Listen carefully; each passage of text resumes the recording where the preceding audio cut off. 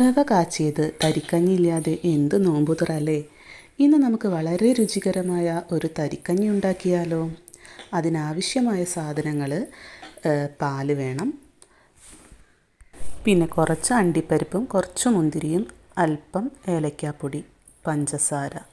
ഈ കുറച്ച് ഇൻഗ്രീഡിയൻസ് കൊണ്ട് തന്നെ നമുക്ക് വളരെ രുചികരമായ ഒരു തരിക്കഞ്ഞി ഉണ്ടാക്കാം.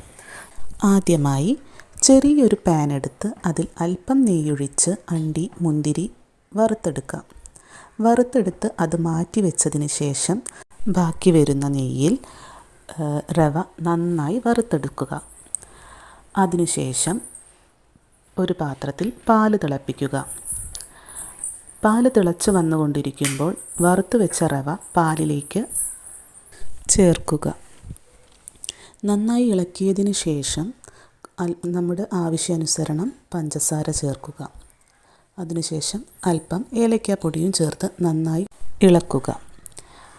അല്പം പൊടിയുപ്പ് പാലിൽ ചേർക്കേണ്ടതാണ്.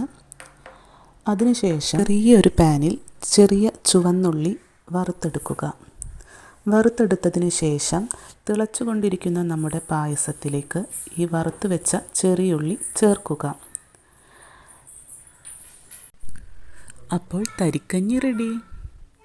വീഡിയോ ഇഷ്ടമായെങ്കിൽ എല്ലാവരും ലൈക്ക് ചെയ്യാനും ഷെയർ ചെയ്യാനും മറക്കല്ലേ.